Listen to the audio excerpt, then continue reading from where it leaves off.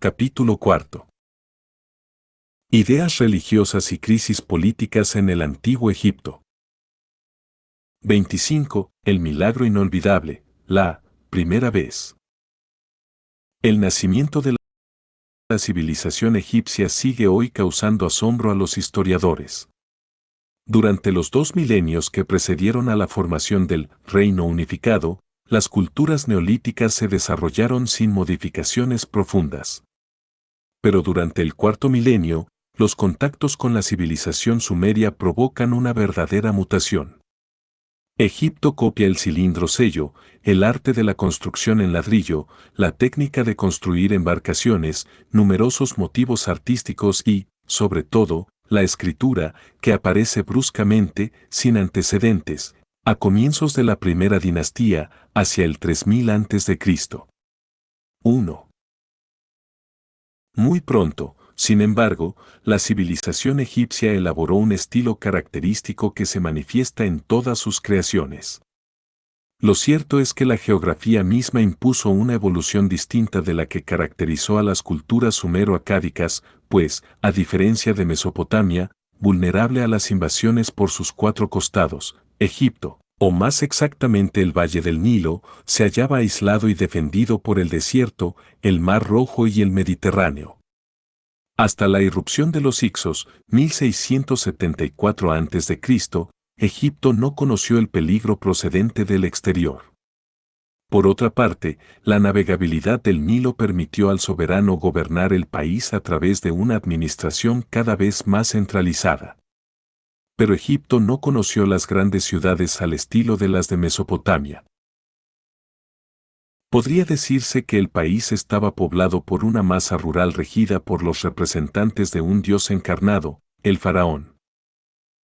Fue precisamente la religión, y sobre todo el dogma de la condición divina del faraón, el elemento que más contribuyó desde el principio a modelar la estructura de la civilización egipcia.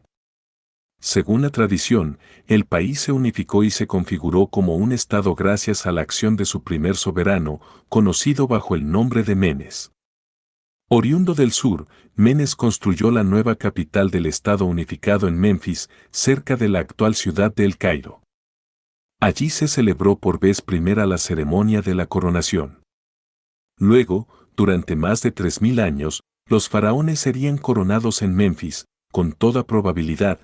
La ceremonia culminante no hacía más que repetir la celebrada por Menes.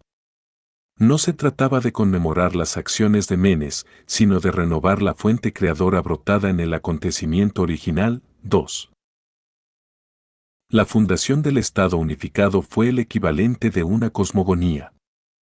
El faraón, Dios encarnado, instauraba un mundo nuevo, una civilización infinitamente más compleja y superior a la de las aldeas neolíticas. Lo más importante era asegurar la permanencia de aquella obra realizada conforme a un modelo divino, dicho de otro modo, se trataba de evitar las crisis capaces de hacer saltar los cimientos del mundo nuevo. La divinidad del faraón constituía la mejor garantía. Como el faraón era inmortal, su fallecimiento significaba únicamente que era trasladado al cielo. La continuidad entre un Dios encarnado y otro Dios encarnado, y, en consecuencia, la continuidad del orden cósmico y social, estaba asegurada. Es notable el hecho de que las más importantes creaciones políticas y culturales tuvieron lugar durante las primeras dinastías. Se trata de unas creaciones que fijaron el modelo para los 15 siglos siguientes. Después de la quinta dinastía, 2500 a 2300 a.C., apenas se añadió nada importante al patrimonio cultural. Este inmovilismo, que caracteriza a la civilización egipcia, pero que encontramos también en los mitos y en las nostalgias de otras sociedades tradicionales, es de origen religioso. La fijeza de las formas hieráticas, la repetición de los gestos y de los logros alcanzados en el comienzo de los tiempos, son la consecuencia lógica de una teología que consideraba el orden cósmico como la obra divina por excelencia y que veía en cualquier intención de cambio el peligro de un retorno al caos y, en consecuencia, de un triunfo de las fuerzas demoníacas. La tendencia designada por los investigadores europeos como inmovilismo, trataba de mantener intacta la primera creación, pues ésta era perfecta desde todos los puntos de vista, cosmológico, religioso, social y ético. En las diversas tradiciones mitológicas se evocan las fases sucesivas de la cosmogonía. En efecto, los mitos se refieren exclusivamente a los acontecimientos que tuvieron lugar en el tiempo fabuloso de los comienzos. Esta época, llamada Tepsp. La primera vez, duró desde que el dios creador emergió sobre las aguas primordiales hasta la entronización de Horus. Todo cuanto existe, lo mismo los fenómenos naturales que las realidades religiosas y culturales, planos de los templos, calendario, escritura, ritos, emblemas reales, etc., debe su validez y su justificación al hecho de haber sido creado durante la época inicial. Evidentemente, la primera vez constituye la edad de oro de la perfección absoluta antes de que el furor, el estrépito, la lucha o el desorden hicieran su aparición.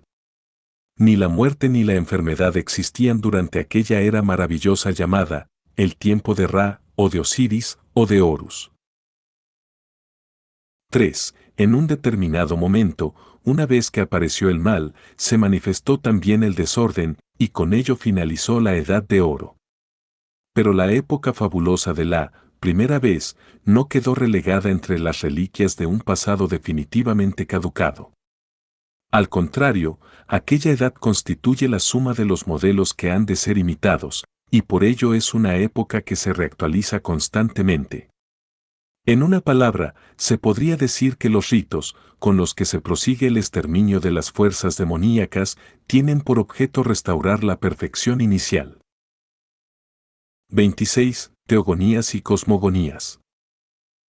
Al igual que en todas las religiones tradicionales, la cosmogonía y los mitos de los orígenes, origen del hombre, de la realeza, de las instituciones sociales, de los ritos, etc., constituía el núcleo esencial de la ciencia sagrada. Naturalmente, había diversos mitos cosmogónicos, cada uno de los cuales exaltaba a un dios distinto o localizaba el comienzo de la creación en un centro religioso diferente. Los temas se sitúan entre los más arcaicos, un montículo que emerge, un loto o un huevo que brotan de las aguas primordiales. En cuanto a los dioses creadores, cada ciudad colocaba al suyo en primer plano. Los cambios de dinastía iban seguidos a menudo de un cambio de capitalidad. Tales acontecimientos obligaban a los teólogos de la nueva capital a integrar diversas tradiciones cosmogónicas, identificando a su dios local con el demiurgo. Cuando se trataba de dioses creadores, la asimilación resultaba fácil, dadas sus semejanzas estructurales. Pero los teólogos elaboraron además síntesis audaces, asimilando sistemas religiosos heterogéneos y asociando figuras divinas netamente antagónicas. 4. Igual que tantas otras tradiciones, la cosmogonía egipcia comienza con la aparición de un montículo sobre las aguas primordiales. La aparición de este, primer lugar, por encima de la inmensidad acuática significa la consolidación de la tierra, pero también la eclosión de la luz, de la vida y de la conciencia. 5. En Hierápolis se identificaba el lugar llamado, la colina de arena, que formaba parte del templo del sol, con la colina primordial. Hermópolis era famosa por su lago, en el que brotó el loto cosmogónico. Pero otras localidades reclamaban para sí el mismo privilegio. 6. En efecto, cada ciudad, cada santuario, eran considerados como otros tantos, centros del mundo, el lugar en el que había comenzado la creación. El montículo inicial pasaba a ser muchas veces la montaña cósmica a la que ascendía el faraón para salir al encuentro del dios Sol. Otras versiones hablan del huevo primordial que contenía el pájaro de luz, sarcófagos, 4, 181-6, o el loto original sobre el que reposa el sol niño, 7, o, finalmente, de la serpiente primitiva, primera y última imagen del dios Atún. En efecto, el capítulo 175 del Libro de los Muertos anuncia que cuando el mundo retorne al estado caótico, Atum se convertirá de nuevo en serpiente.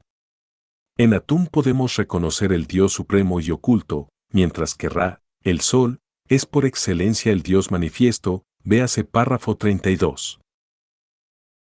Las etapas de la creación: cosmogonía, teogonía, creación de los seres vivos, etc., son presentadas de diversas maneras.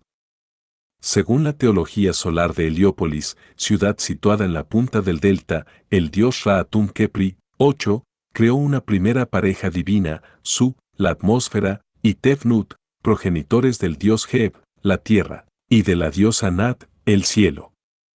El demiurgo llevó a cabo la creación masturbándose o expectorando. Estas expresiones resultan ingenuamente groseras, pero su sentido está claro: las divinidades nacen de la sustancia misma del Dios Supremo. Al igual que en la tradición sumeria, véase párrafo 16, el cielo y la tierra permanecían unidos en un hieros gamos perpetuo, hasta el momento en que fueron separados por Su, el dios de la atmósfera. 9.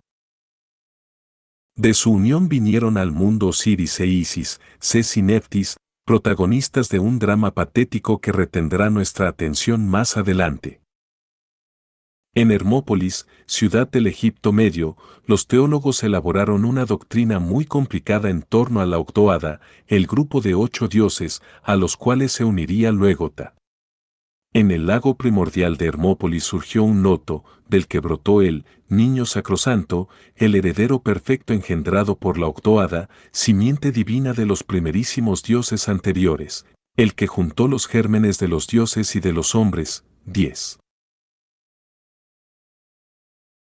Pero sería en Menfis, capital de los faraones de la primera dinastía, donde se articularía en torno al dios Ta la teología más sistemática. El texto capital de la que se llamaría Teología Menfita fue grabado en piedra durante el reinado del faraón Sabafea, hacia el 700 a.C., pero el original fue redactado unos 2000 años antes. Resulta sorprendente que la más antigua cosmogonía egipcia conocida hasta el momento sea al mismo tiempo la más filosófica, pues Ta crea por su espíritu, Su corazón, y su verbo, Su lengua. El que se ha manifestado como el corazón, igual a espíritu; el que se ha manifestado como la lengua, verbo, bajo la apariencia de Atum, esta, el antiquísimo. Ta es proclamado el más grande entre los dioses; Atum es únicamente el creador de la primera pareja divina. Esta, el que hace existir a los dioses. Más tarde penetraron los dioses en sus cuerpos visibles, entrando, en toda clase de planta, en toda clase de piedra, en toda clase de arcilla, en toda cosa que crece sobre su relieve, es decir, el de la tierra, y mediante las que pueden manifestarse. 11. En resumen, la teogonía y la cosmogonía se realizaron en virtud de la potencia creadora del pensamiento y la palabra de un solo Dios. Se trata, sin duda alguna, de la más alta expresión de las especulaciones metafísicas egipcias. Como observa John Wilson, Annette, página 4, es precisamente al comienzo de la historia egipcia cuando aparece una doctrina comparable con la teología cristiana del Logos. Comparados con la teogonía y con la cosmogonía, los mitos referentes a la creación del hombre resultan muy borrosos. Los hombres, Herme, nacieron de las lágrimas, Herme, del dios solar, Ra. En un texto compuesto posteriormente, hacia el 2000 a.C., en periodo de crisis, se lee: los hombres, rebaño de Dios, han sido provistos de todo. Él, es decir, el dios Sol, hizo el cielo y la tierra para ellos. Hizo el aire para vivificar su nariz, pues ellos son sus imágenes, nacidos de sus carnes.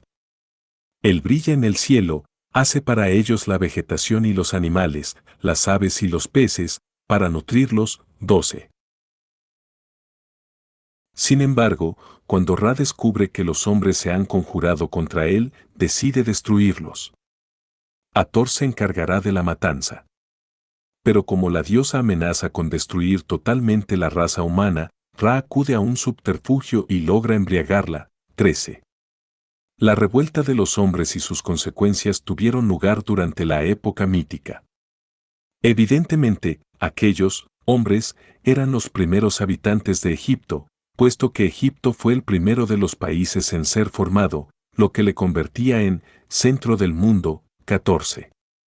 Los egipcios eran los únicos habitantes de pleno derecho, lo que explica la prohibición de penetrar en los santuarios, imágenes microcósmicas del país, a los extranjeros. 15. Ciertos textos tardíos reflejan una tendencia universalista. Los dioses, Horus, Sefemet, protegen no solo a los egipcios, sino también a las gentes de Palestina, de Nubia y de Libia. 16. Sin embargo, la historia mítica de los primeros hombres no tiene gran importancia.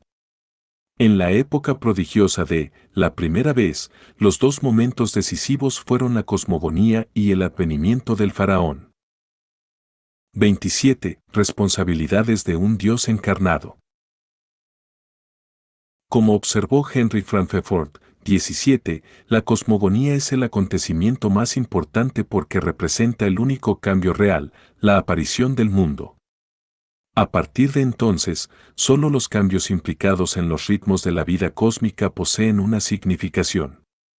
Pero en este caso se trata de momentos sucesivos articulados en diferentes ciclos, cuya periodicidad está asegurada, los movimientos de los astros, el retorno de las estaciones, las fases de la luna, el ritmo de la vegetación, la crecida y el reflujo del Nilo, etc. Pero precisamente en esta periodicidad de los ritmos cósmicos se estriba la perfección de lo establecido en los tiempos de la primera vez. El desorden implica un cambio inútil y, por consiguiente, nocivo en el ciclo ejemplar de los cambios perfectamente ordenados. Puesto que el orden social representa un aspecto del orden cósmico, se supone que la realeza existe desde el comienzo del mundo.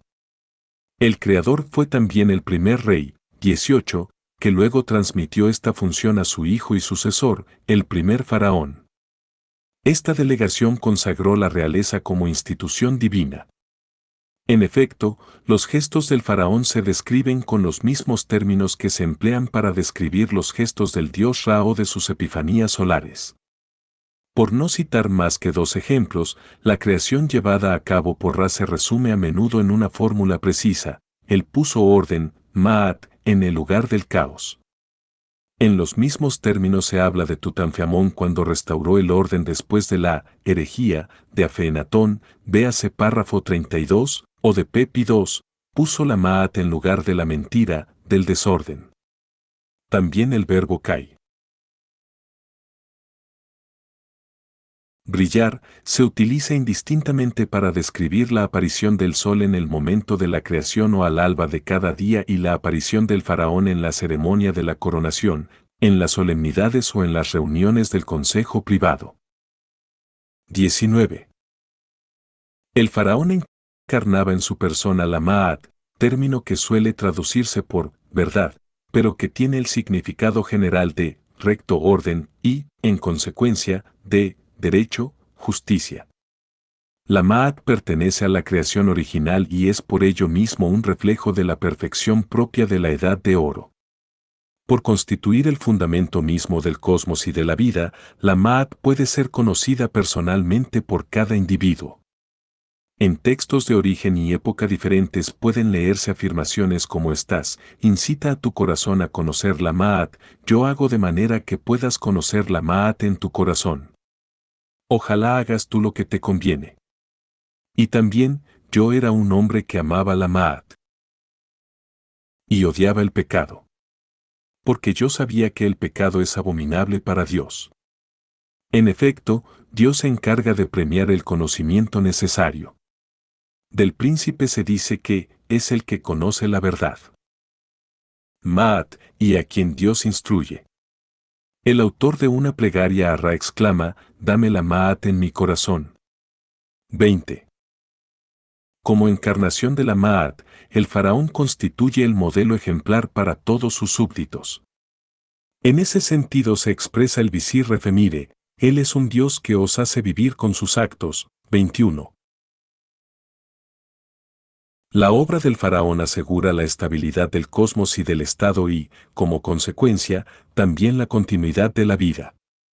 En efecto, la cosmogonía se reanuda cada mañana, cuando el dios solar rechaza a la serpiente Apophis, pero sin lograr nunca aniquilarla, ya que el caos, igual a las tinieblas, por representar la virtualidad, son indestructibles.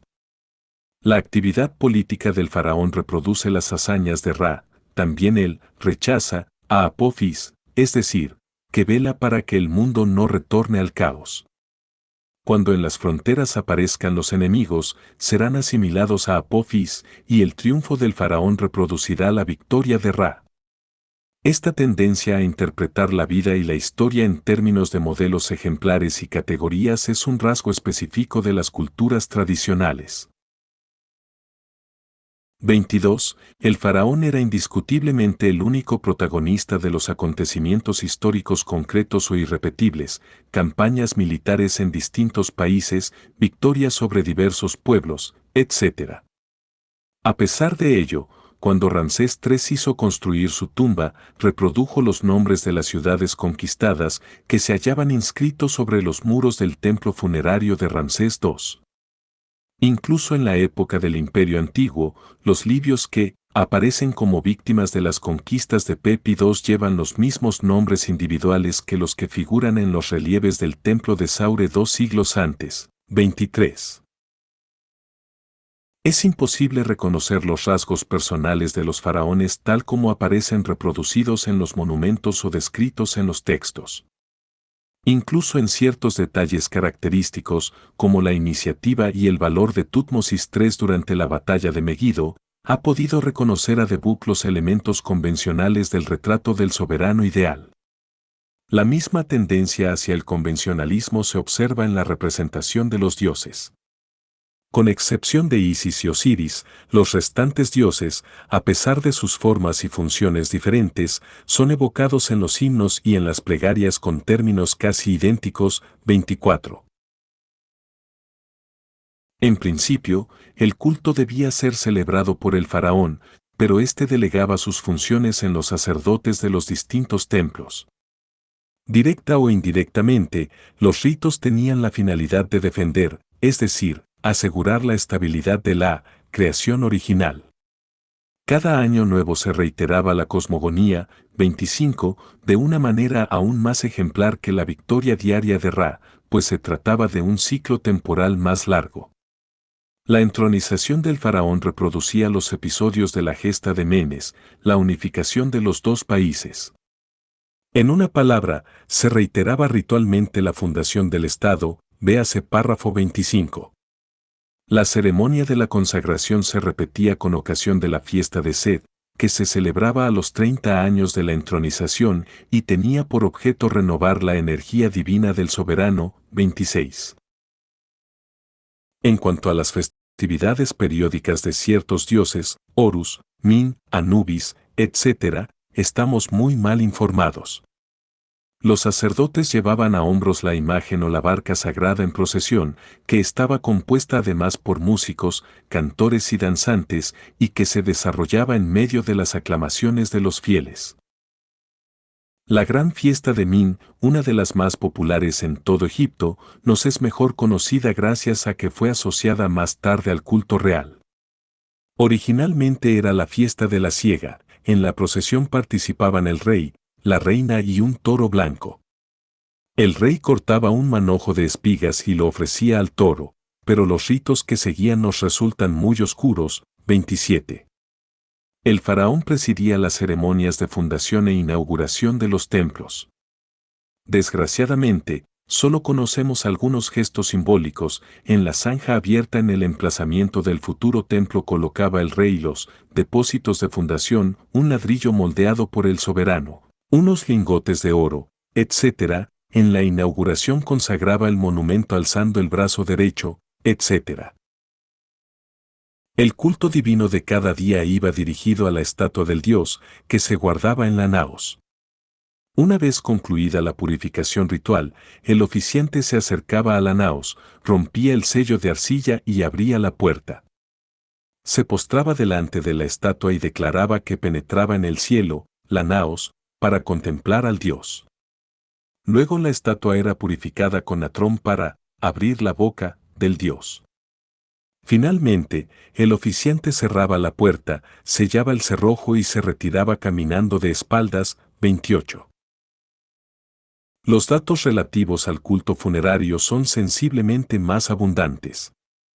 Los egipcios se preocuparon de la muerte y del más allá en una medida que no tiene parangón entre los demás pueblos del cercano oriente. Para el faraón la muerte constituía el punto de partida de su viaje celeste y de su inmortalización. Por otra parte, la muerte implicaba directamente a uno de los dioses egipcios más populares, Osiris. 28. La ascensión del faraón al cielo. En la medida en que es posible reconstruirlas, las más antiguas creencias acerca de la existencia más allá de la muerte enlazan con las dos tradiciones ampliamente atestiguadas en todo el mundo. La estancia de los muertos era unas veces subterránea y otras celeste o, más exactamente, estelar. Después de la muerte, las almas marchaban a las estrellas y compartían su inmortalidad. El cielo se imaginaba como una diosa madre y la muerte equivalía a un nuevo nacimiento o, dicho de otro modo, a un renacer en el mundo sideral. La maternidad del cielo implicaba la idea de que el difunto debía ser engendrado de nuevo, una vez que renacía en el cielo, era amamantado por la diosa madre, representada bajo la figura de una vaca. 29. La localización infraterrestre del más allá era una creencia predominante en las culturas neolíticas. Ya en la época predinástica, es decir, a comienzos del cuarto milenio, se articularon en el complejo mítico ritual osírico determinadas tradiciones religiosas conectadas con la agricultura. Ahora bien, Osiris, el único dios egipcio que perece víctima de muerte violenta, es una figura que también aparece en el ritual regio. Más adelante estudiaremos las consecuencias que tuvo este encuentro entre el dios que muere y la teología solar que explicaba y respaldaba la inmortalización del faraón. Los textos de las pirámides se ocupan casi exclusivamente de las ideas relativas al destino ultraterreno del soberano. A pesar de los esfuerzos de los teólogos, la doctrina no aparece perfectamente sistematizada. Puede advertirse cierta oposición entre concepciones paralelas y a veces antagónicas. Las fórmulas, en su mayor parte, repiten enérgicamente que el faraón, hijo de Atún, Ra, engendrado por el gran dios antes de la creación del mundo, no puede morir, pero otros textos aseguran al rey que su cuerpo no conocerá la corrupción. Se trata, con seguridad, de dos ideologías religiosas distintas y todavía insuficientemente integradas. 30. Sin embargo, casi todas las fórmulas se refieren al viaje celeste del faraón, que emprende el vuelo bajo la forma de un pájaro, halcón, garza real, oca salvaje, pir, 461 a 63, 890 a 91, 913,1048, de un escarabeo, 366, o de una langosta, 890 a 91, etc. Los vientos, las nubes y los mismos dioses han de venir en su ayuda. Algunas veces el rey sube al cielo por una escala, 365, 390, 971 y 6, 2083. Durante su ascensión, el rey es ya un dios, un ser de esencia totalmente distinta a la que corresponde a la raza humana, 650, 890, 31. Sin embargo, antes de penetrar en su reposo celeste, en el oriente, llamado Campos de las Ofrendas, el faraón había de superar determinadas pruebas. Ante la entrada, un lago, de contornos sinuosos, le cerraba el paso, Pir, 2061, y el barquero tenía los poderes de un juez. Para ser admitido en la barca, el faraón tenía que haber observado todas las purificaciones rituales, Pir, 519-1116 y responder luego a un interrogatorio de estructura iniciática, es decir, que había de responder con unas fórmulas estereotipadas que servían de consignas.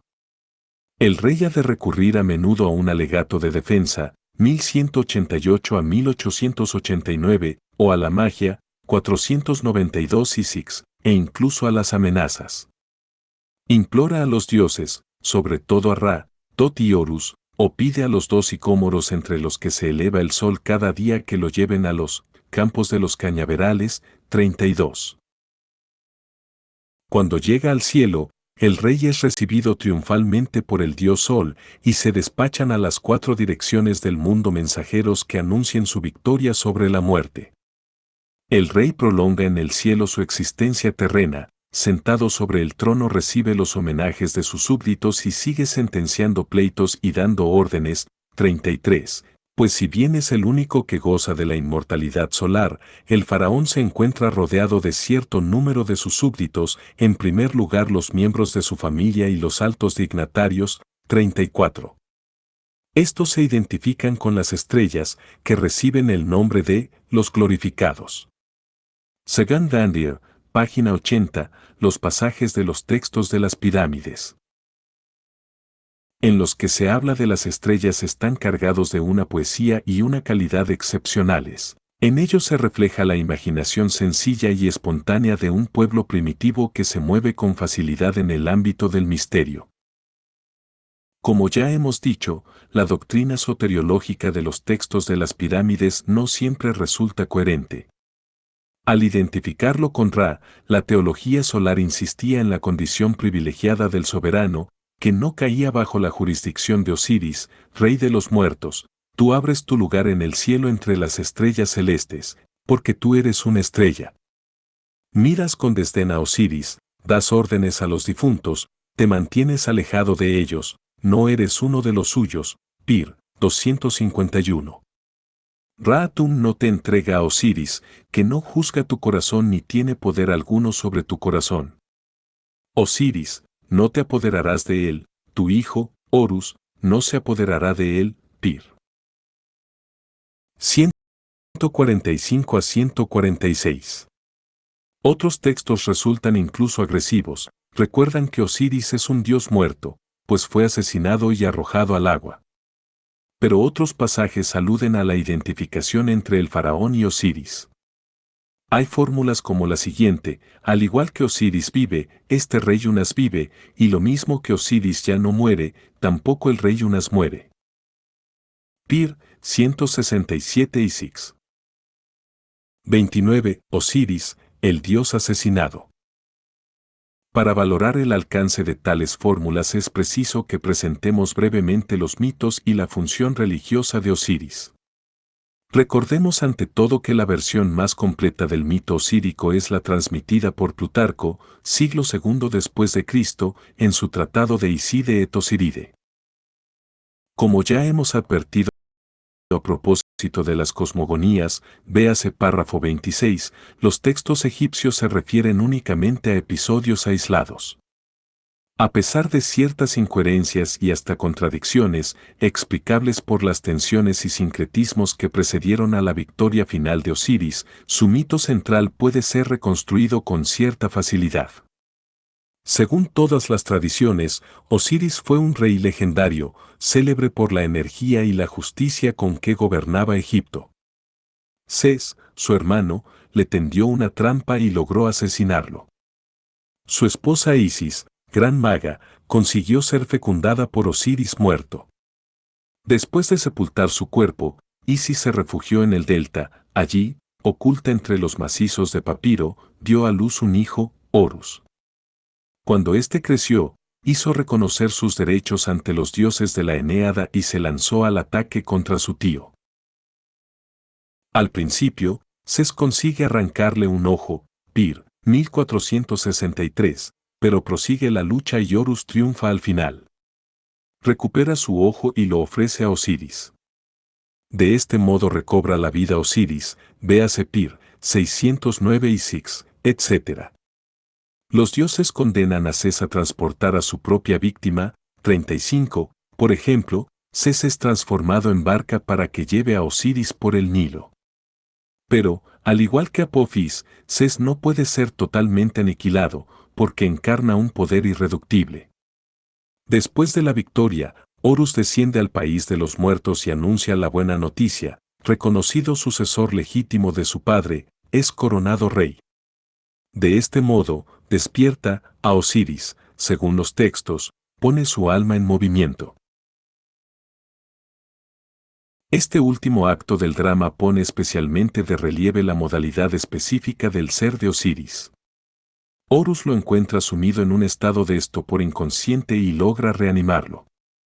Osiris, mira. Osiris, escucha. Levántate, resucita. Pir, 258 y 6. Jamás aparece Osiris representado en movimiento, su imagen está siempre en actitud impotente y pasiva, 36. Después de su coronación, es decir, una vez que ha puesto fin al periodo de crisis, el caos, Horus le resucita: Osiris. Tú partiste, pero has retornado, te dormiste, pero has sido despertado, moriste, pero vives de nuevo, Pir. 1004 y 6. Sin embargo, Osiris es resucitado en cuanto que es persona espiritual, igual a alma y energía vital. En adelante le corresponderá asegurar la fertilidad vegetal y las restantes fuerzas reproductivas. Se le describe como si fuera la tierra en su totalidad o se le compara con el océano que circunda el mundo. Ya hacia el año 2750 a.C. simboliza Osiris las fuerzas de la fecundidad y del crecimiento. 37. Dicho de otro modo, Osiris, el rey asesinado, igual a el faraón muerto, asegura la prosperidad del reino gobernado por su hijo Horus, representado por el faraón recién entronizado. Es posible adivinar en sus grandes líneas las relaciones entre Ra, el faraón y la pareja Osiris-Horus. El sol y las tumbas de los reyes constituyen las dos grandes fuentes de sacralidad. Según la teología solar, el faraón era el hijo de Ra, pero como sucedía a un soberano difunto, igual a Osiris, el faraón reinante podía considerarse Horus. La tensión entre estas dos direcciones del espíritu religioso egipcio, la solarización y la osirianización, 38. Se manifiesta en las funciones de la realeza. Como ya hemos visto, la civilización egipcia es el resultado de la unión entre el Alto y el Bajo Egipto en un reino único. Al principio se consideró a Ra como soberano de la Edad de Oro, pero después del Imperio Medio, 2040 a 1700 a.C., este cometido se transfirió a Osiris. La fórmula osiríaca terminó por imponerse en la ideología real, pues la filiación Osiris-Horus garantizaba la continuidad de la dinastía, al mismo tiempo que aseguraba la prosperidad del país. Como fuente de la fecundidad universal, Osiris hacía que el reinado de su hijo y sucesor gozara de prosperidad. Un texto del Imperio Medio expresa muy bien la exaltación de Osiris como fundamento y fuente de toda la creación: si vivo como si muero, yo soy Osiris. Penetro en ti y reaparezco a través de ti, fallezco en ti y crezco en ti. Los dioses viven en mí porque yo vivo y crezco en el grano que lo sustenta. Yo cubro la tierra, si vivo como si muero, soy la cebada, no se me puede destruir. Yo he penetrado el orden. He sido hecho señor del orden y emerjo en el orden, 39. Se trata de una audaz valoración de la muerte, asumida en adelante como una especie de transmutación exultante de la existencia encarnada. La muerte realiza el tránsito de la esfera de lo insignificante hacia la esfera de lo significativo.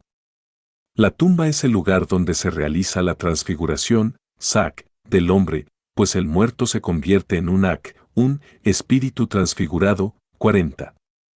Desde nuestro punto de vista, lo que ahora importa es el hecho de que Osiris se va convirtiendo paulatinamente en el modelo ejemplar no solo para los soberanos, sino para cada individuo en particular. Es verdad que su culto se había popularizado ya durante el Imperio Antiguo, lo que explica la presencia de Osiris en los textos de las pirámides. A pesar de la resistencia de los teólogos heliopolitanos. Pero la época clásica de la civilización egipcia finalizó con una grave crisis, de la que nos ocuparemos enseguida. Una vez restablecido el orden, Osiris aparece en el centro de las preocupaciones éticas y de las esperanzas religiosas.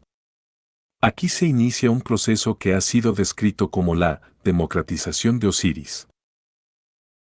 En efecto, además de los faraones aparecen muchos otros personajes que profesan su fe en la participación ritual en el drama y la apoteosis de Osiris. Los textos que permanecían ocultos, grabados sobre los muros de las estancias abiertas en el interior de las pirámides elevadas por los faraones, se reproducen luego en los sarcófagos de los nobles y hasta de los individuos privados de cualquier privilegio. Osiris pasa a ser el modelo de todos cuantos esperan vencer a la muerte. Un texto de los sarcófagos. 4. 276 y Sig. Proclama, tú eres ya el hijo de un rey, un príncipe, mientras tu corazón, es decir, tu espíritu, permanezca contigo. Siguiendo el ejemplo de Osiris, y con su ayuda, los difuntos logran convertirse en almas, es decir, en seres espirituales perfectamente integrados y por ello mismo indestructibles. Asesinado y desmembrado, Osiris fue reconstruido por Isis y reanimado por Horus. De este modo inauguró un nuevo modo de existencia, pasando de sombra impotente a persona que, sabe, un ser espiritual debidamente iniciado. 41. Es probable que los misterios helenísticos de Isis y Osiris desarrollaran ideas semejantes. Osiris toma de Ra la función de juez de los muertos, pasa a ser el señor de la justicia, instalado en un palacio o sobre el montículo primordial, es decir, en el centro del mundo. Como veremos más adelante, véase párrafo 33, la tensión Ra-Osiris encontró una solución durante el Imperio Medio y el Imperio Nuevo. 30. La crisis, anarquía, desesperación y democratización de la vida de ultratumba. Pepi II fue el último faraón de la sexta dinastía. Poco después de su muerte, hacia el 2200 a.C., Egipto se vio gravemente trastornado por la guerra civil y el Estado se hundió. El debilitamiento del poder central alentó las ambiciones de los dinastas. La anarquía asoló el país durante algún tiempo. En cierto momento, Egipto quedó dividido en dos reinos, el del norte, con capital en Herafeleópolis, y el del sur, cuya capital era Tebas. La guerra civil finalizó con la victoria de los tebanos, y los últimos reyes de la 11ª dinastía consiguieron reunificar el país. El periodo de anarquía, llamado por los historiadores primer periodo intermedio, o primer interregno, finalizó hacia el año 2050 a.C. con el advenimiento de la 12ª dinastía. La restauración del poder central significó el comienzo de un verdadero renacimiento. Durante el periodo intermedio se produjo la democratización de la existencia más allá de la muerte. Los nobles hicieron copiar en sus sarcófagos los textos de las pirámides, redactados exclusivamente para los faraones. Fue también aquella la única época de la historia egipcia en que el faraón fue acusado de debilidad y hasta de falta de honradez. Gracias a diversas composiciones literarias del mayor interés, podemos seguir el curso de las profundas transformaciones desarrolladas durante la crisis. Los textos más importantes son los conocidos bajo los títulos de Instrucciones para el rey Meri-Karre, las amonestaciones del profeta Ipuber, el canto del arpista, la disputa de un hombre abatido con su alma. Los autores de estos textos evocan los desastres provocados por el hundimiento de la autoridad tradicional y sobre todo las injusticias y los crímenes que les empujan al escepticismo y la desesperación, al suicidio en ocasiones. Pero estos documentos aportan al mismo tiempo los indicios de que se está produciendo un cambio de orden interior. Hay, al menos, algunos dignatarios que se preguntan por su propia responsabilidad en la catástrofe y no dudan en reconocerse culpables. Un tal Ipuber se presenta ante el faraón para hacerle saber las proporciones que alcanza el desastre. Mira, el país está privado de la realeza por culpa de algunos irresponsables. Los hombres se rebelan contra el Urio real, que había pacificado los dos países. La residencia regia puede ser arrasada en una hora. Las provincias y los templos no pagan ya sus tributos a causa de la guerra civil. Las 143 tumbas de las pirámides han sido salvajemente saqueadas. El rey ha sido sacado por los pobres. El que había sido sepultado como un halcón divino, yace ahora sobre una simple carreta. La estancia oculta de la pirámide se encuentra vacía. Y Puber se vuelve aún más audaz y termina por amonestar al faraón, echándole en cara la anarquía general. El rey debía ser el pastor de su pueblo, pero su entronización no ha traído más que la muerte. La autoridad y la justicia están contigo, pero lo único que pones en todo el país es la confusión, junto con el alboroto de las riñas. Mira cómo cada cual se arroja sobre su vecino, los hombres ejecutan lo que tú les has ordenado. Esto demuestra que tus actos han creado esta situación y que tú has proferido mentiras. 42. Uno de los reyes de la misma época compuso un tratado para su hijo Mericarre. El monarca reconoce humildemente sus pecados, Egipto lucha hasta en las necrópolis, y yo he hecho lo mismo. Las desdichas del país han sucedido a causa de mis actos, y yo caí en la cuenta del mal que había hecho, únicamente después de haberlo cometido. Recomienda a su hijo actuar con justicia, Maat. Mientras vivas sobre la tierra. No confíes en los muchos años, pues los jueces, que te van a juzgar después de la muerte, consideran la vida como una hora. Lo único que permanece con el hombre son sus acciones. En consecuencia, no hagas el mal. En lugar de erigir un monumento en piedra, haz que tu monumento persista en virtud del amor que sepas inspirar. Ama a todo el mundo. Porque los dioses estiman la justicia más que las ofrendas. Consuela al que llora y no oprimas a la viuda. No prives a un hombre de la propiedad de su padre. No castigues injustamente. No mates. 43. Los egipcios estaban especialmente consternados por cierto tipo de vandalismo. Los hombres destruían las tumbas de los antepasados, arrojaban fuera los cadáveres y se llevaban las piedras para construir sus propias tumbas. Como observaba Ipuber, muchos muertos son sepultados en el río. El río se ha convertido en una tumba. El rey aconseja a su hijo Mericarre, no destroces el monumento de otro. No construyas tu tumba con ruinas. El canto del arpista.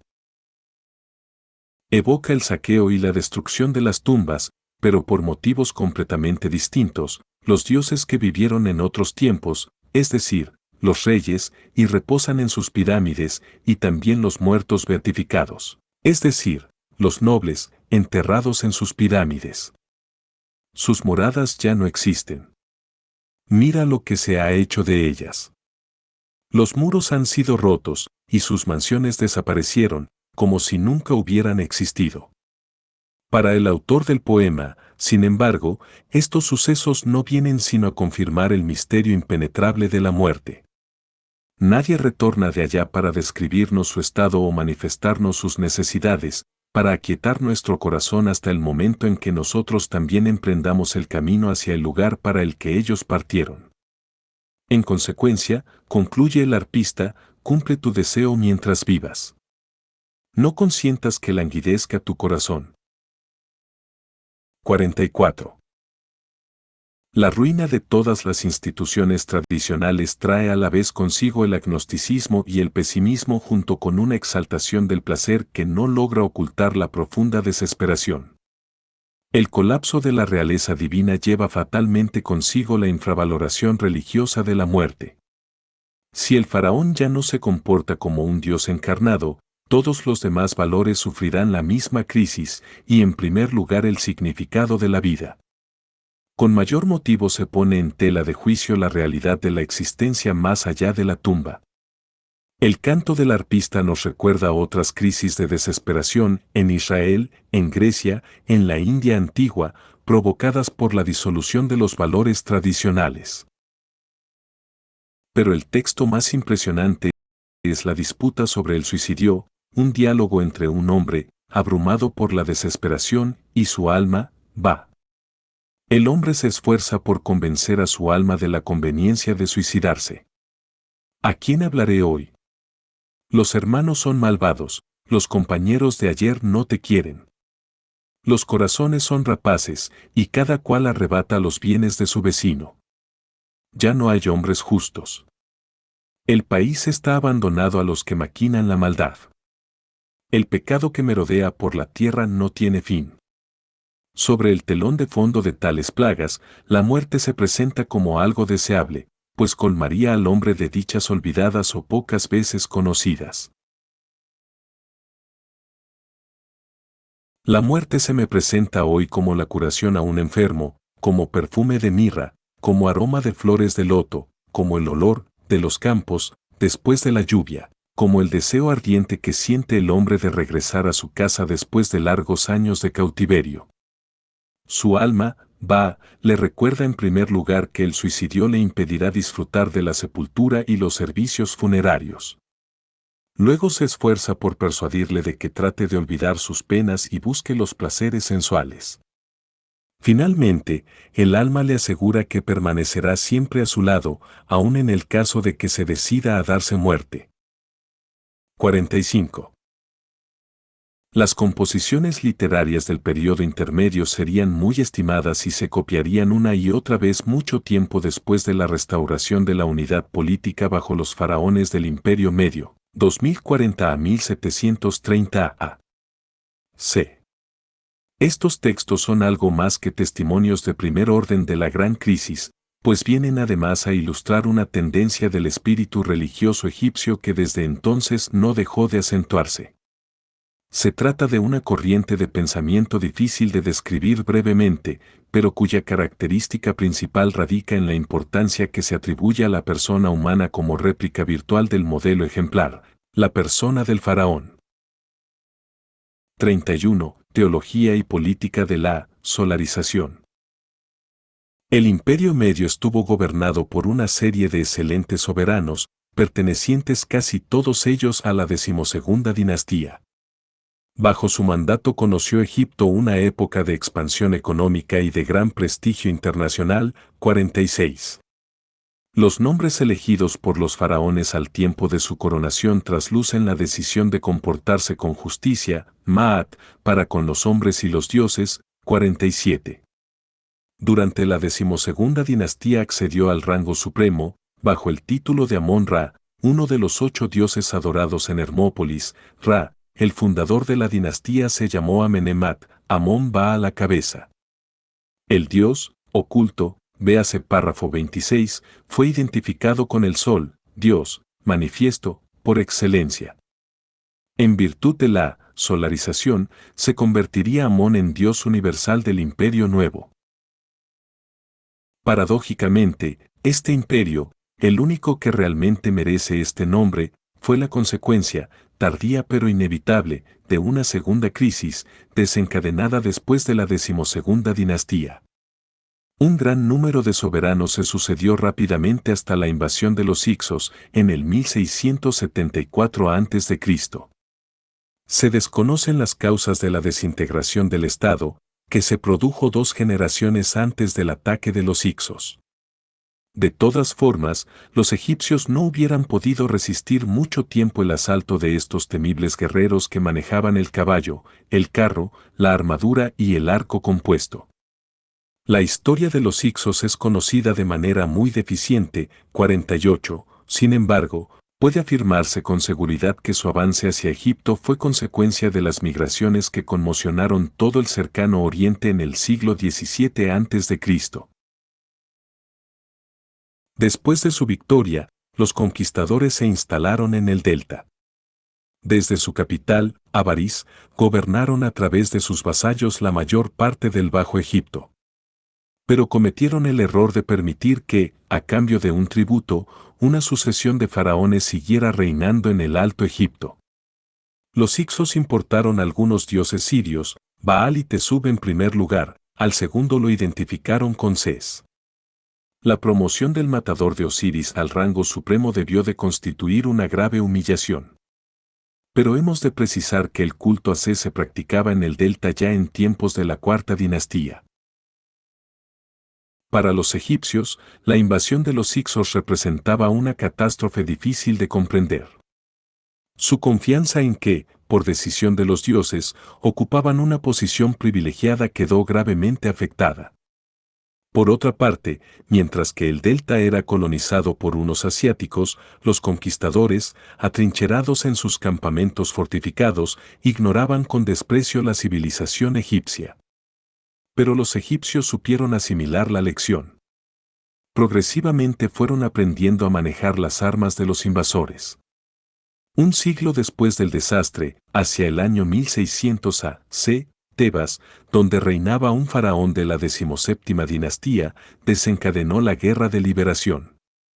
La victoria final, 49, coincide con el advenimiento de la 18ª dinastía, 1562 a 1308 a.C., y la fundación del Imperio Nuevo. La liberación tuvo como efecto inmediato el auge del nacionalismo y de la xenofobia. Hubo de pasar al menos un siglo para que se aplacase la sed de venganza contra los hicsos. Al principio, los soberanos emprendieron expediciones punitivas, pero en 1470 a.C. Tutmosis III inicia la serie de campañas militares en Asia con una expedición contra las antiguas plazas fuertes de los hicsos. El sentimiento de inseguridad creado por la ocupación extranjera fue desapareciendo lentamente. Para que Egipto quedase completamente a cubierto de las agresiones externas, Tutmosis III procedió a una serie de conquistas cuyo resultado fue la creación de un imperio. Es probable que las frustraciones sufridas durante los 22 primeros años de su reinado exacerbaran sus ambiciones militares, pues durante todo aquel periodo la verdadera soberana fue su tía y suegra, Hatshepsut. Esta reina singularmente dotada prefería la expansión cultural y comercial a las guerras de conquista. Pero 15 días después de la caída de Hatshepsut, Tutmosis emprendía el camino hacia Palestina y Siria con ánimo de someter a los rebeldes. Tiempo después triunfaría en Megido. Felizmente para el porvenir del imperio, Tutmosis se mostró generoso con los vencidos. Aquello fue el final del aislamiento egipcio, pero también el comienzo de la decadencia de la cultura tradicional del país. A pesar de la duración relativamente corta del imperio, sus repercusiones fueron irreversibles. Como secuela de su política internacional, Egipto se abrió progresivamente a una cultura cosmopolita. Un siglo después de la victoria de Megido, la presencia masiva de los asiáticos aparece atestiguada por todas partes, incluso en la administración y en las residencias reales. 50.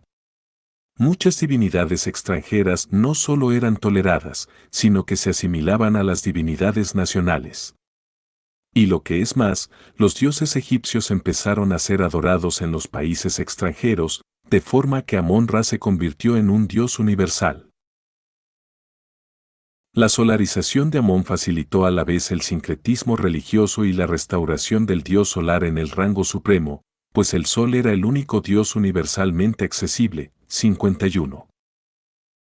Los más hermosos himnos dirigidos a Amón-Ra lo exaltan como creador universal y cosmócrata, fueron compuestos al comienzo de la época imperial.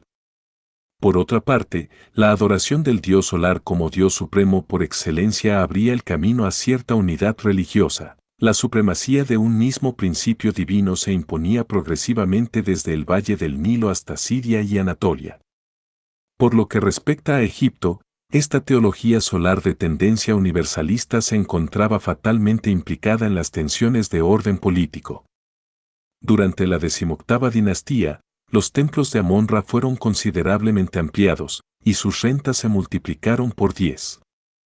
Como consecuencia de la invasión de los Hicsos y, sobre todo, de la liberación de Egipto por un soberano de Tebas, los dioses fueron llamados a intervenir de una manera más directa en los asuntos del Estado.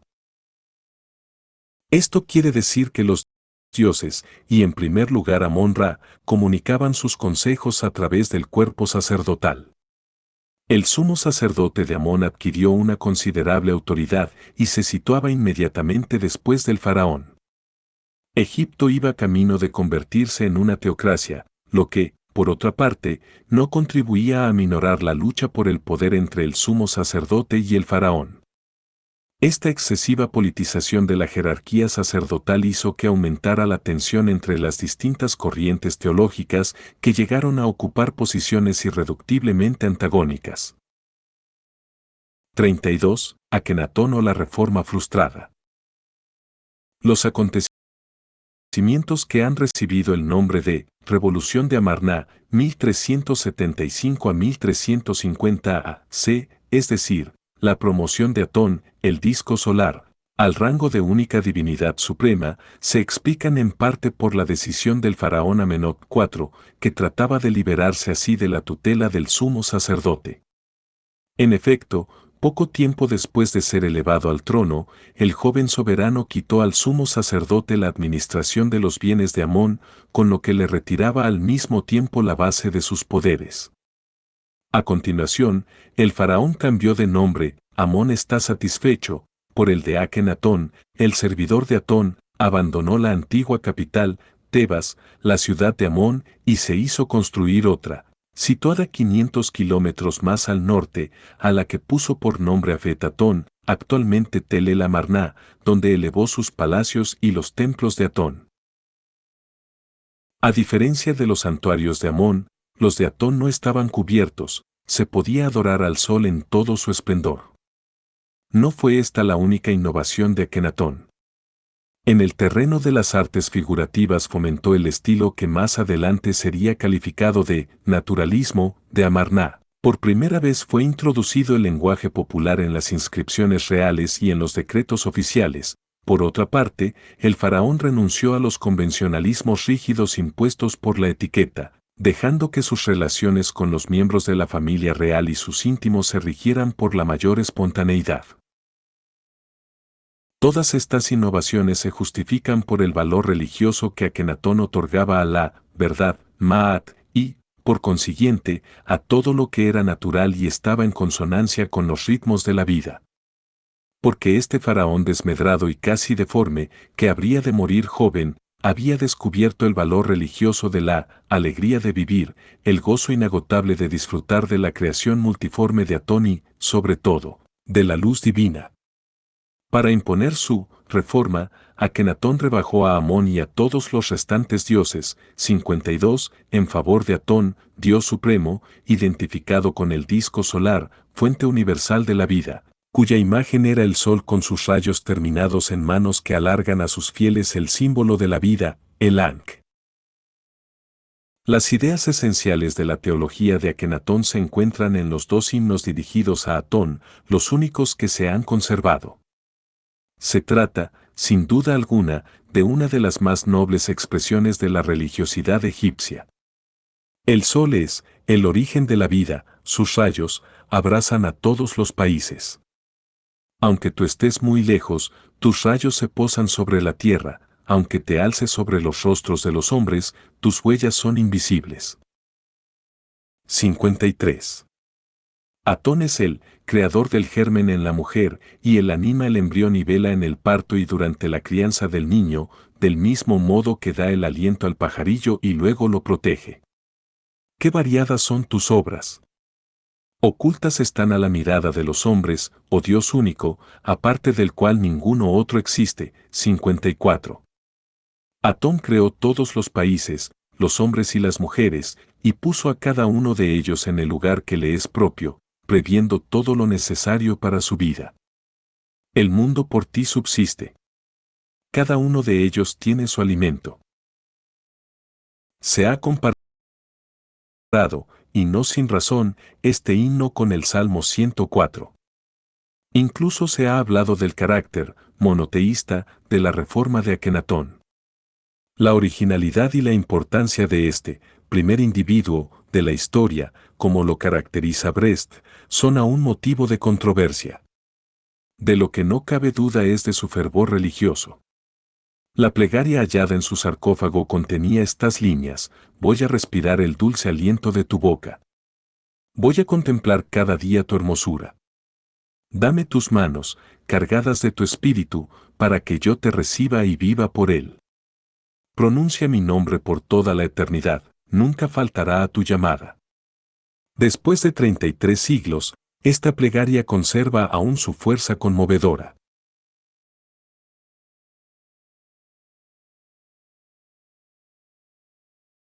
Durante el reinado de Akenatón, y a causa de su pasividad política y militar, Egipto perdió el imperio asiático. Su sucesor, Tutankamón, 1357 a 1344 a.C., restableció las relaciones con el sumo sacerdote de Amón y retornó a Tebas. Desaparecieron casi por completo las huellas de la reforma atoniana.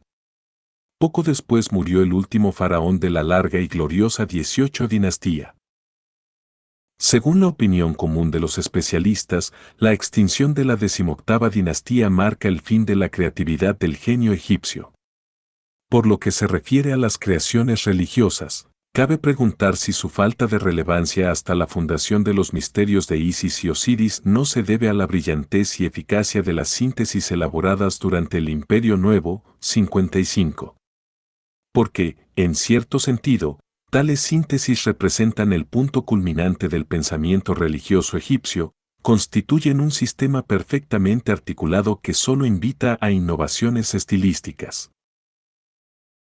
Para mejor valorar la importancia de estas síntesis teológicas, volvamos por un momento a considerar el monoteísmo atoniano. Hay que precisar ante todo que la expresión empleada por Akenatón en su himno, el Dios único, aparte del cual ninguno otro existe, había sido ya aplicada 1000 años antes de la reforma de Amarna a Amón, a Ra, a Atún y a otros dioses. Aparte de esto, como observa John Wilson, 56, había al menos dos dioses, pues el mismo Akenatón era adorado como otra divinidad. Las plegarias de los fieles, es decir, del grupo restringido de funcionarios y dignatarios de la corte, iban dirigidas no a Atón, sino directamente a Akenatón. En su admirable himno, el faraón afirma que Atón es su dios personal. Tú estás en mi corazón y nadie te conoce como no sea tu hijo, es decir, Akenatón, al que tú has iniciado en tus planes y en tu poder. Esto explicaría la desaparición casi instantánea del atonismo a la muerte de Akenatón. En resumidas cuentas, se trataba de una religiosidad exclusiva de la familia real y de los cortesanos. A todo lo dicho hemos de añadir que Atón era conocido y adorado mucho tiempo antes de la reforma de Amarna, 57. En el libro de lo que hay en el más allá se aplica a Ra el apelativo de Señor del Disco, Atón. En otros textos de la 18ª dinastía se ignora a Amón, el dios oculto, mientras que se describe a Ra como el dios, cuyo rostro está velado, y que se oculta en el otro mundo. Dicho de otro modo, en el carácter misterioso e invisible de Ra se declaran aspectos complementarios de Atón, dios plenamente manifiesto en el disco solar, 58. 33. Síntesis final. La asociación Ra-Osiris. Los teólogos del Imperio Nuevo insisten en el carácter complementario de los dioses opuestos o incluso antagónicos. En la letanía de Ra se llama al dios solar, el uno conjunto, se le representa bajo la forma de Osiris momia, portando la corona del Alto Egipto. En otras palabras, Osiris aparece impregnado del alma de Ra, 59. En la persona del faraón muerto se consuma la identificación de los dos dioses. Una vez completado el proceso de osirianización, el rey resucita como joven Ra, porque el curso solar representa el modelo ejemplar del destino humano, paso de un modo de ser a otro, de la vida a la muerte y, en consecuencia, a un nuevo nacimiento. El descenso de Ra al mundo subterráneo supone a la vez su muerte y su resurrección. Un texto habla de Ra que va a reposar en Osiris y Osiris que va a reposar en Ra, 60. Numerosas alusiones míticas subrayan el doble aspecto de Ra, a la vez osírico y solar. Al descender al otro mundo, el rey se convierte en trasunto del binomio Osiris-Ra. Según uno de los textos antes citados, Ra se oculta en el otro mundo. Numerosas invocaciones de la letanía, 20 a 23, insisten en el carácter acuático de Ra e identifican al dios solar con el océano primordial. Pero la unión de los contrarios se expresa sobre todo mediante la idea de la solidaridad oculta entre Ra y Osiris o entre Horus y Ses, 61. Dicho con una fórmula feliz de Randall Clark, página 158. Ra como Dios trascendente y Osiris como Dios que emerge constituyen las manifestaciones complementarias de la divinidad. En última instancia, se trata del mismo misterio y, más en concreto, de la multiplicidad de las formas emanadas por el único y solo Dios, 62. Según la teogonía y la cosmogonía desencadenadas por Atún, véase párrafo 26, la divinidad es a la vez una y múltiple, la creación consiste en la multiplicación de sus nombres y de sus formas. La asociación y la convergencia de los dioses son operaciones bien conocidas del pensamiento religioso egipcio ya en la más remota antigüedad. La originalidad de la teología del Imperio Nuevo consiste, por una parte, en el postulado del doble proceso de osirianización de Ra y de solarización de Osiris y, por otra, en la convicción de que este doble proceso revela la significación secreta de la existencia humana y más concretamente la complementariedad de la vida y de la muerte, 63. En cierto modo, esta síntesis teológica confirma la victoria de Osiris al otorgarle una nueva significación. El triunfo del dios asesinado podía considerarse total ya a comienzos del Imperio Nuevo. Con la 18ª dinastía, Osiris se convierte en juez de los muertos. Los dos actos del drama de ultratumba, el proceso y el pesaje del corazón, se desarrollan en presencia de Osiris. En los textos de los sarcófagos, ambos actos, proceso y pesaje del corazón, están diferenciados, pero en el libro de los muertos tienden ya a confundirse, 64. Estos textos funerarios, redactados durante el Imperio Nuevo, pero recogiendo materiales más antiguos, gozarán de una popularidad inigualada hasta el final de la civilización egipcia. El libro de los muertos es la guía por excelencia del alma en el más allá.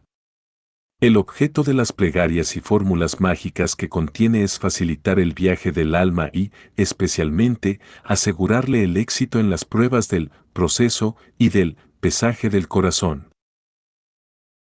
Entre los elementos arcaicos del libro de los muertos, podemos destacar el peligro de una segunda muerte, caps. 44, 130, 135 a 136, 175 a 176, y la importancia de conservar la memoria, cap 90, y recordar el propio nombre, cap 25, creencias ampliamente atestiguadas entre los primitivos, pero también en Grecia y en la India antigua. Sin embargo, el texto es ante todo un reflejo de las síntesis teológicas del Imperio Nuevo. Un himno a Ra describe, cap 15, el viaje diario del sol, que al penetrar en el mundo subterráneo difunde la alegría. Los muertos se gozan cuando tú brillas allí para el gran dios Osiris, Señor de la eternidad. No menos significativo es el deseo que expresa el muerto de identificarse con una divinidad, Ra, Horus, Osiris Anubis, Ta, etc. Ello no excluye el empleo de fórmulas mágicas. En efecto, conocer el nombre de un determinado dios equivale a ejercer un cierto dominio sobre él. El valor mágico del nombre, y en general de la palabra, era conocido ya desde la prehistoria.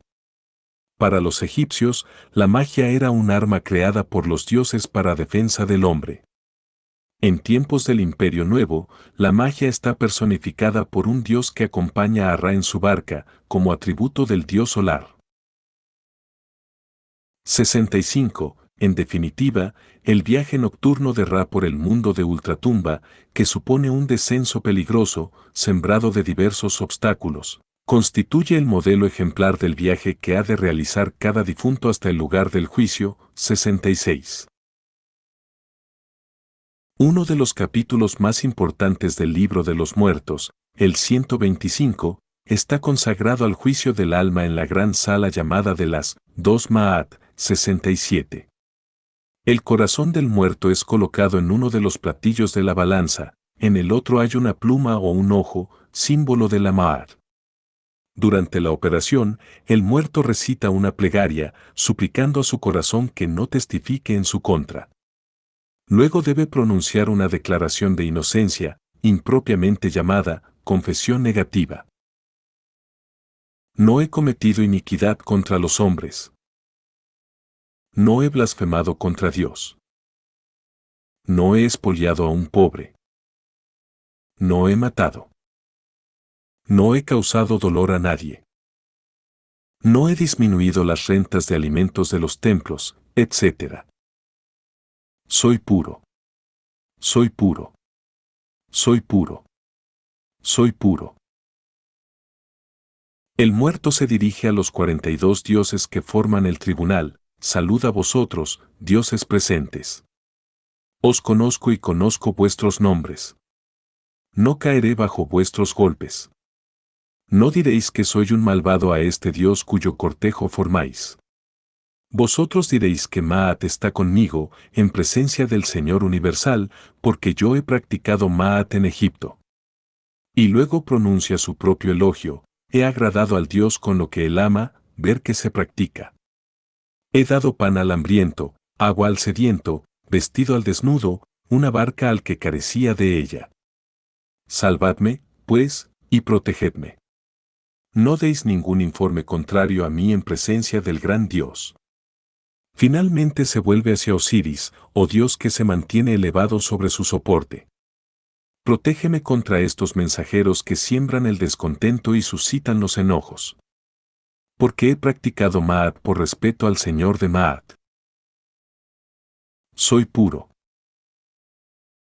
68. El muerto es sometido luego a un interrogatorio de carácter iniciático. Ha de acreditar que conoce los nombres secretos de las distintas partes de la puerta y el umbral, del portero de la sala y de los dioses. 69.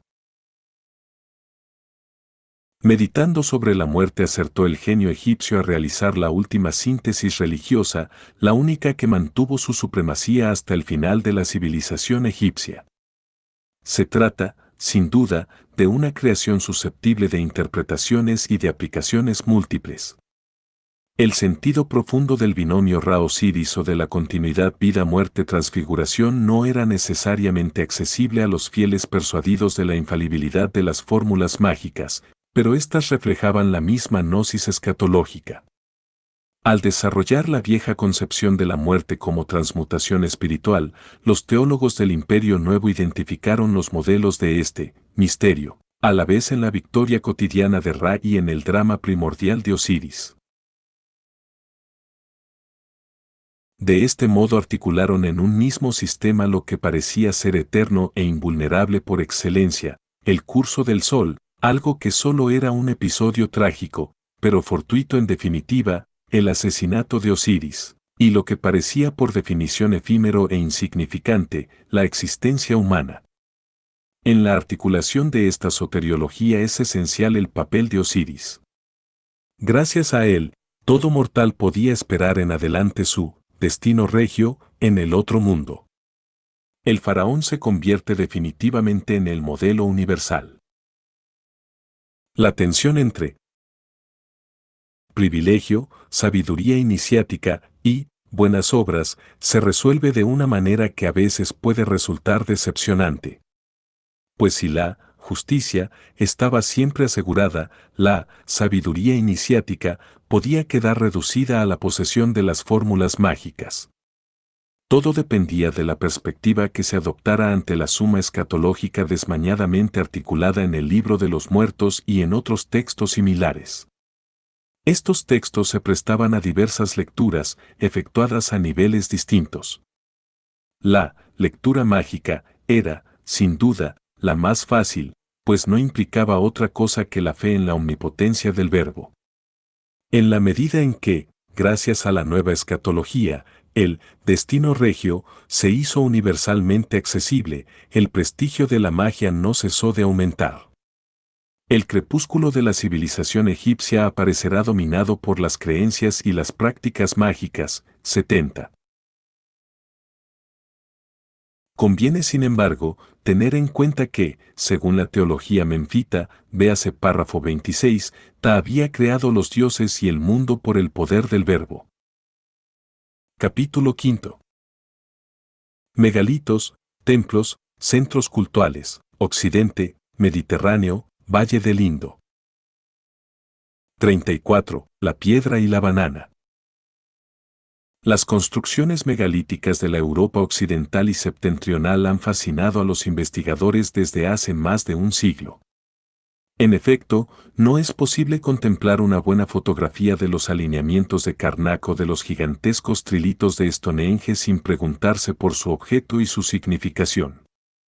Por otra parte, nos sobrecoge la pericia técnica de aquellos agricultores de la piedra pulimentada, capaces de colocar en posición vertical bloques de 300 toneladas y alzar sobre ellos losas de otras 100 más.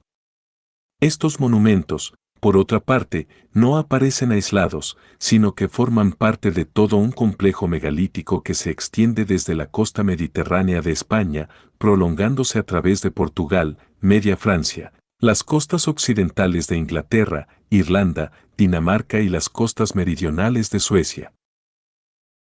Es verdad que se advierten diferencias morfológicas significativas.